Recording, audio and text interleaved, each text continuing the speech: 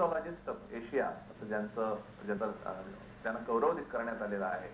आणि वात्स्यायन असं म्हटलं जातं त्यांना, आधुनिक वात्स्यायन. त्यांच्याशी जो काल आपण संवाद साधत होतो तो आज पुढे चालू ठेवणार आहोत. नमस्कार. नमस्कार. काल आपण शेवट करताना हस्तमैथुनाबद्दल तुम्ही बोलत होता आणि त्याच्याबद्दल प्रचंड गैरसमज, अपसमज आणि त्यामुळे संपूर्ण आयुष्य, करिअर, माणसाचे शहाणपणा आणि कॉन्सन्ट्रेशन म्हणजे एकाग्रता नष्ट झाल्याची खूप उदाहरणं आपल्या आजूबाजूला दिसतात. तर वन्स अँड फॉर ऑल तुम्ही याबद्दल बोलावं असं मी तुम्हाला विनंती करतो की हस्तमैथुनाबद्दल. कारण अनेक समाजामध्ये धार्मिक जे गुरु आहेत आणि धार्मिक आपल्या चालीरीती त्याच्यामध्ये असं लिहिलेलं असतं की हे हस्तमैथुन हे माणसाच्या संपूर्ण शक्तिपाताला, ऱ्हासाला कारणीभूत आहे. कारण क्रियादैक्षेम हा अनेक हाडं, रक्त आणि अनेक गोष्टींपासून बनलेला असतो आणि तो वेस्ट करणे भयानक. म्हणजे आपल्याकडे मराठीत पुस्तकं सुद्धा आलेली आहेत की वीर्यनाश म्हणजे मृत्यू आणि ब्रह्मचर्य हे जीवन. अर्थात अत्र्यांनी जेव्हा त्याला फोडला ही गोष्ट वेगळी, पण अशी आलेली आहे आणि त्याचा लोकांवर खूप प्रभाव असतो. तर त्याच्यावर सायन्स आपलं खरोखर जे पूर्व संचित आहे ऋषीमुनी ते काय म्हणतात. एक ह्याच्यामध्ये मी तुम्हाला दाखला देणार. मी तुम्हाला एक प्रश्न विचारतो, संभोगसून कमजोरी येते? नाही, बरोबर. इंद्रिय जे क्रिया संभोग वेळा योनी मार्गात करतात तेज प्रक्रिया इंद्रिय हस्तमैथुन वेळा मुठ्ठीमध्ये करतात. म्हणून तुम्हाला हिंदी येत असेल तर मी मराठी जल्दी शिकवू शकणार, कारण की लिपी एक आहे. पण तुम्ही म्हणा डॉक्टर मी जास्त केला म्हणून काय, मी 1 तास वार्ता केली आणि तुम्ही 4 तास वार्ता केली, त्याचे म्हणणे असं की माझी जबान चांगली राहणार आणि तुमची जीभ कमजोर होऊन जाणार. नाही, तुम्ही जीभ साठी नाही विचारतात पण इंद्रियासाठी विचारणार. कारण लहानपणापासून कानाला हात लावला, नाक्याला हात लावला, तोंडाला हात लावला, कोण नाही म्हणणार, काय नाही म्हणणार. पण लघवीच्या दरबारावर हात लागला सगळा अरे असं वाईट करते का. म्हणून हे दिवसापासून आपल्या डोक्यात असा ठरवलेला आहे की हे काही खास गोष्टी आहे आणि त्याच्यामध्ये काय पण येते ते खास. जास्त बोलल्यामुळे जीभ कमजोर नाही होते आणि चूप राहिल्यामुळे जीभ बलवान होत नाही. इंद्रियामध्ये पण तसा. तुम्ही म्हणणार डॉक्टर जीभ आणि इंद्रियाचा संबंध काय. जीभ मध्ये पण रक्ताचा प्रवाह जास्त आहे, इंद्रियामध्ये पण रक्ताचा प्रवाह जास्त आहे. जीभ मध्ये हार्ट नाही, इंद्रियामध्ये पण हार्ट नाही. तदुपरांत चरक संहितामध्ये, आयुर्वेदामध्ये कुठच्याही पुराण ग्रंथ मध्ये हस्तमैथुन वाईट आहे असा लिहिलेला नाही. ऋषी वात्स्यायन ऐका, बाकी जे सगळे आहे ते आचार्य आहे. ऋषीच्या ऋषीची पदवी नुसती वात्स्यायनने दिलेली आहे, नुसती वात्स्यायनला दिलेली आहे. ऋषी म्हणून त्याची वाणी भूतकाळ, वर्तमान काळ आणि भविष्यकाळ मध्ये कायम राहणार, सत्य राहणार. कामसूत्र मध्ये कुठे हस्तमैथुन वाईट आहे तसा नाही दिलेला आहे, त्याचा उल्लेख दिलेला आहे. चरक संहितामध्ये केव्हा असा नाही दिलेला आहे. हस्तमैथुन एक आदर्श प्रक्रिया आहे. हस्तमैथुन अनिच्छनीय गर्भावस्था आणि गर्मीपरमाची बिमारीतून दूर राहून आणि हस्तमैथुनला तुम्ही जास्ती दबायची कोशिश केली तर समाजमध्ये बलात्कारची संख्या चिकार वाहून जाणार आणि मानसिक विकृती पण वाढेल. मानसिक विकृती वाढणारच. कारण काय, तुम्ही कुठची वस्तूला सप्रेस करायला गेला तर प्रॉब्लेम उभा होणारच. हस्तमैथुन हस्तदोष नाही, एक मैथुनचा प्रकार आहे. आपण समजले, एक मैथुनचा प्रकार आहे. 3-4 प्रकारचे मैथुन दाखवलेले आहे. एक मैथुन म्हणून संभोग, दुसरा हस्तमैथुन म्हणून हस्ताचे संभोग, स्वप्न मैथुन स्वप्नाचे संभोग आणि निद्रा मैथुन मधून निद्रामध्ये संभोग. वैद्य बापालाल मशहूर वैद्य होते गुजरात, त्यांनी लिहिलेला आहे हस्तमैथुन एक आदत आहे, बिमारी नाही. बिमारी नाही म्हणून त्याचा इलाज नाही, एक नॉर्मल प्रक्रिया आहे. एनिमल्स करतात, पुरुष करतात, स्त्री करतात, त्याच्यामध्ये काही वाईटपणा नाही, त्याच्यामध्ये काही कमजोरी येत नाही. हस्तमैथून अशी प्रक्रिया आहे, it is healthy. You are having sex with someone whom you love. आता इथे एक दुसरा एक प्रश्न मी तुम्हाला विचारतो, एकदम म्हणजे ज्या मी समजलो का तुम्ही वीर्य बद्दल म्हणला की वीर्य वाहून झालं तर काय. मी कळून शकते तुमचा जे प्रश्न म्हणून तुम्ही सुरुवातामध्ये सांगितलं, एक बिंदू वीर्य बराबर संभर थेंब रक्त आणि एक थेंब रक्त बराबर इतका जेवण, हे चुकीची गोष्ट आहे. रक्तच्या आणि वीर्याचा काही संबंध नाही. हे 24 तास बनतात. तुम्ही नाही काढणार तर आपोआप निघून जाणार. एक पाणीचा ग्लास आहे, आणखीन पाणी भरणार तर काय होणार? वाहून जा. तुम्ही मैथून नाही करणार, हस्तमैथून नाही करणार, स्वप्न मैथून की निद्रा मैथून द्वारा बाहेर येऊन जाणार. म्हणून हे बिमारी नाही, म्हणून इलाज नाही. तुम्ही लघवी किती वेळ रोखू शकतात? 1 तास, 1 दिवस, 1 आठवड्या, त्याचे जास्त तर नाही ना. ते पण कोण रोखून नाही शकणार. म्हणून तुम्ही सांगितलं डॉक्टर साहेब ब्रह्मचर्याचा मतलब लोकांनी विकृत करून टाकलेला आहे. ब्रह्मचर्याचा मतलब आहे ब्रह्म माने आत्मा आणि चर्य म्हणून शोध. आत्माची शोध हे ब्रह्मचर्याचा मूल्य आहे. ब्रह्मचर्य म्हणून व्हिडिओ पकडून बसा असा कुठेही नाही लिहिलेला आहे. आता इथे दुसरा एक तुम्ही महत्वाचं म्हणजे ऋषी वात्स्यायनाचा मूळ गाव आणि सगळं मूळ तुम्ही शोधून काढलं. त्यासाठी तुमचा खास गौरव करण्यात आलेला आहे. त्याचं ओरिजिन काय होतं? मी आणि माझ्या मुलं डॉक्टर रवी कोठारी, ते आयुर्वेदिक फिजिशियन आहे. ते आम्ही लोक रिसर्च करत होता ते वात्स्यायन कुठेच आहे. दुसऱ्या लोकांनी इतिहासकारांनी त्याच्या सांगितलं की बाबा Vatsyayana was born 600 BC to 600 AD. Mulk Raj Anand बर्टनने हे दिला होता.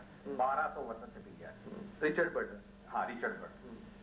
आम्ही लोकांनी सिद्ध केला की ते 351 AD तून 375 AD मध्येच त्यांनी हे ग्रंथ लिहिलेला आहे. काही लोक म्हणाले ते उज्जैनचे होते, कोण म्हणाले बनारसचे होते. आमच्याकडे सगळी प्रूफ्स आहे, हिस्टॉरिकल एव्हिडन्स आहे, सिक्का म्हणजे न्यूमेस्मेटिक एव्हिडन्स, लिटररी एव्हिडन्स आणि आर्किओलॉजिकल एव्हिडन्स आम्ही प्रूव्ह केला की वात्स्यायन गुजरात मध्ये नगरक नावाच्या गाव आहे, आज त्याला नगरा म्हणतात, तिकडे राहत होता. ते खंबातून 3.5 किलोमीटर दूर आहे. जिल्हा गुजरात, साऊथ गुजरात. ब्रेकनंतर संवादामध्ये आपलं स्वागत. एक अजून एक समाजामध्ये भीती वाटावी अशा गोष्ट जी कोणती असेल तर ते म्हणजे सेक्स टॉनिकची सर्वत्र होत असणारी जाहिरात, की प्रत्येकाला असं वाटतं की आपण खूप जबरदस्त शक्ती असावी आणि त्याच्यासाठी टॉनिक्स आपल्याकडे पानभर जाहिराती दिसतात. तर खरोखर जगामध्ये अशा टॉनिकचं काही स्थान आहे का माणसाच्या आयुष्यामध्ये? सेक्स टॉनिक 3 प्रकारांत काम करतात. पहिलं त्याच्यासाठी 1 मिनिट मी घेणार की माणूसला चेंजेस कसा होतं, विचारतून, वाणीतून, कर्तव्यातून हात लावला, दिमागमध्ये सेक्स एंटर, ते उत्तेजित झाले तर निरोप खाली जातात. निरोप बरोबर गेले तर रक्ताचा प्रवाह आणि इंद्रियामध्ये टाटरपणा आहे. बरोबर आहे. निरोप कमी पडला तर टाटरपणा नाही आणणार. हॉटपेक्षा जास्त पडला तर लगेच पाणी. आता सेक्स टॉनिक्स कसं काम करतात? ते ऑल्टर द मेंटल स्टेट. त्याच्यामध्ये अल्कोहोल आहे, चरस आहे, गांजा आहे, कोकीन वगैरे. पण त्याच्यामध्ये काय होतात, अल्कोहोल थोडाच घेतला तर तुमची फिकर चिंता कमी होऊन जाणार, पण जरा जास्त घेतला तर टाटरपणा येणार नाही. आणि अल्कोहोल एक पॉइझन आहे सेक्ससाठी.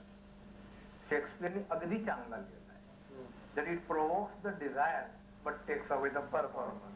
म्हणून कामेच्छा जागृत करतात पण कामानंतर ते घेऊन टाकतात, कामशक्ती खलास करून टाकतात. दुसरं आहे ते रक्ताचा प्रवाह वाढवतात, योहिम्बे. तिसरी आहे स्पॅनिश फ्लाय, ते एक इन्सेक्ट आहे, माखी आहे. त्याच्या पावडर तुम्ही ड्रिंक मध्ये घेऊन घेतात आणि युरिन मध्ये गेला तर रिफ्लेक्स इरेक्शन होतात, इंद्रियमध्ये ताटरपणा होतात. ते अॅनिमल्स मध्ये देतात. म्हणून त्याच्यामध्ये थेरप्युटिक डोज आणि लिथल डोज म्हणजे त्याच्या उपयोगची डोज आणि नष्ट करण्याची क्षमता अगदी नॅरो आहे. म्हणजे म्हणून जास्त लोक मरून शकते, मृत्यू देतो. म्हणून सेक्स टॉनिक तुम्ही मला सांगितला जास्त तर दिला ते हर्बल सेक्स टॉनिक ते काम करू शकत नाही. कारण काय, आयुर्वेद मध्ये म्हणाला आहे की आज तुम्ही एक पौधा तोडला तर 6 महिन्यामध्ये त्याची इफेक्ट कमी होऊन जाते. आज पौधा तुम्ही हे कॅप्सूल जे मार्केटमध्ये बघतात ते जेव्हा तोडलेली आहे आणि मार्केटवरती येतात 1-2 वर्ष होऊन जातात. दुसरा लिहिलेला आहे की मनुष्य प्रकृती आणि विकृती तुम्हाला बराबर नाही ख्याल असेल आणि तुम्ही औषध घेतला तरी औषध केव्हा काम करू शकणार नाही. तिसरा सांगितलेला आहे की औषध द्यायच्या अगोदर पंचकर्म करावायला लागतात.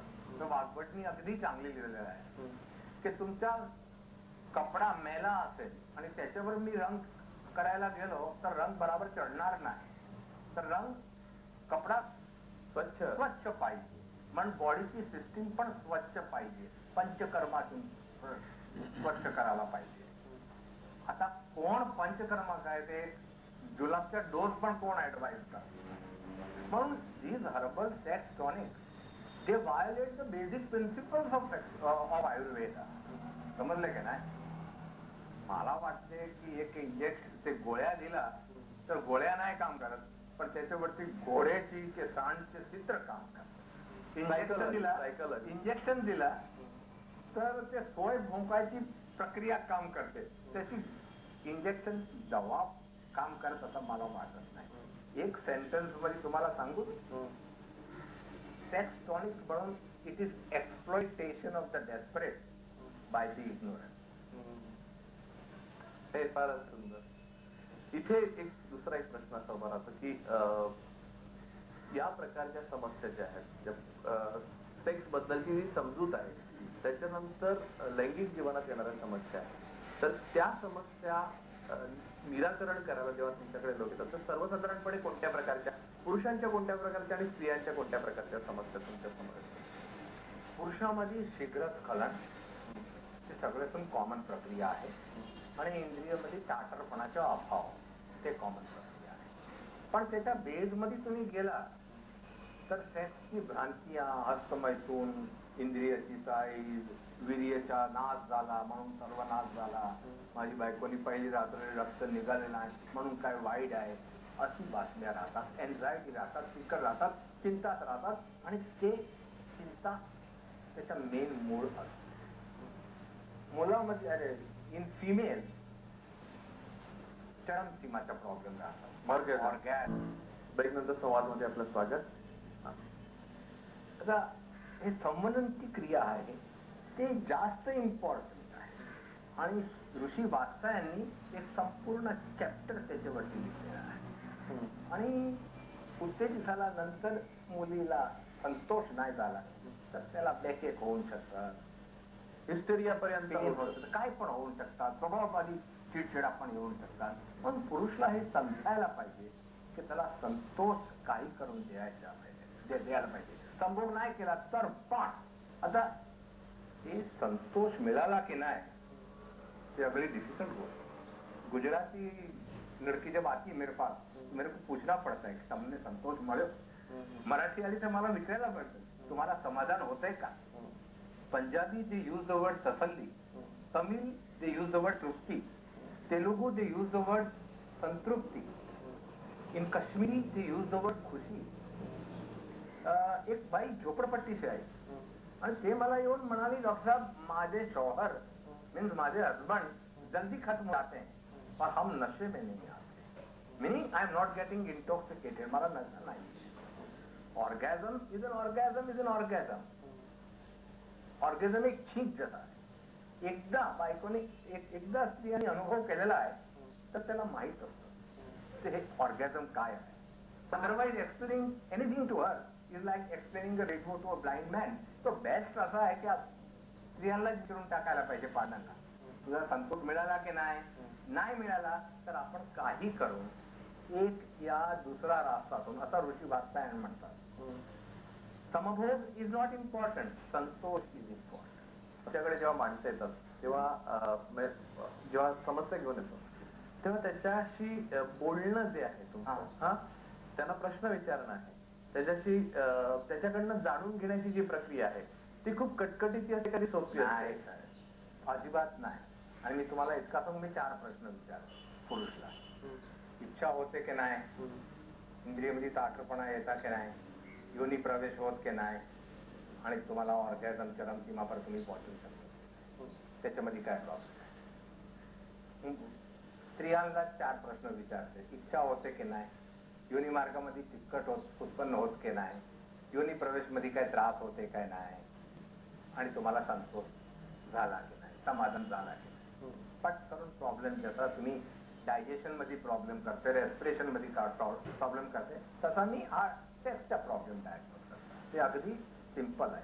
आणि आपला देशमध्ये हे प्रॉब्लेम सॉल्व्ह करायचं आसान आहे. कसं काय? आपली जी स्त्रिया आहेत, जे लेडीज आहेत, त्याच्या सपोर्ट चित्तार असतो. फॉरेन मध्ये जर तुम्ही गेला 2 महिन्यापर्यंत संभोग नाही केला, डायव्हर्स. इकडे तुम्ही लग्न केल्यानंतर 30 वर्षपर्यंत नंतर पण माझ्याकडे लोकांनी केस पाठवलेला आहे. संभोग अजिबात झालेला नाही तर पण मॅरिटल बॉन्ड इज इंटॅक्ट. हे नुसता भारतमध्ये होऊ शकतात, आणखीन कुठे. लग्न संस्थे फार प्रभावी आणि बळकट आहे. आणि इकडे एक गोष्टी नक्की आहे की प्रेमची पराकाष्ठा संभोग होऊ शकतात, पण संभोगची पराकाष्ठा प्रेम व्हायलाच पाहिजे असं जरुरी नाही. आणि दुसरा, भारतामध्ये नाही विश्वामध्ये मी तुम्हाला सांगतो की पुरुष प्रेम देते सेक्स घ्यायच्यासाठी, आणि स्त्री सेक्स देते प्रेम घ्यायचं. म्हणून man gives love to get sex and a woman gives sex to get love. I think this is a solid statement, no one can say. पण मला इथे एक सांगा, अजून एक तुमच्या स्वतःच्या बद्दल मी एक विचारतो की तुम्ही जे पेशंट घेता ते कोणीतरी रेकमेंड केल्याशिवाय घेत नाही, आणि तुम्ही डायरेक्ट पेशंट कधीच घेत नाही. डे 1 पासून प्रकाश कोठारींकडे जो पेशंट आलेला आहे तो कुठच्या तरी दुसऱ्या डॉक्टरनी रेकमेंड केलेला तुम्ही घेता, आणि स्ट्रिक्टली डायरेक्ट आलेल्या पेशंटला नाही सांगता. याचं काय कारण? त्याच्यात हे प्रायव्हेट मध्ये, केई मध्ये कोण पण येऊ शकतात, पण प्रायव्हेट मध्ये हे कशामुळे की पेशंटला माहीत पडतात की बाबा मी क्वालिफाईड पर्सन कडे जातात. कारण की आमच्यामध्ये, आमची बिरादरीमध्ये म्हणजे सेक्सॉलॉजिस्ट म्हणे, चांगले सेक्सॉलॉजिस्ट काय की भोंदू काय म्हणतात त्याला, क्वॅक कोण आहे ते, it is difficult to that. आणि दुसरा, this helps me in sharpening my own skills only. कारण काय, डिफिकल्ट केसेसच दिसतात माझ्याकडे. म्हणून मी पहिले दिवस पासून तुम्ही माझी ऑफिस वरती बोर्ड नाही असत, पेशंट रेफर्ड पेशंटच, आणि दिस इज द रिझन. डॉक्टर, आपण या संबंधीच्या इतर समस्या आणि इतर सेक्स आणि आर्ट हा जो तुमचा आवडीचा जो विषय आहे, ज्याच्यावर तुम्ही पुन्हा एक्झिबिशन पण केलेलं आहे, त्याच्यावर आपण या साऱ्यावर उद्या येणार आहोत. आज आपण इथे आपल्याला आमचा कार्यक्रम कसा वाटला या संबंधी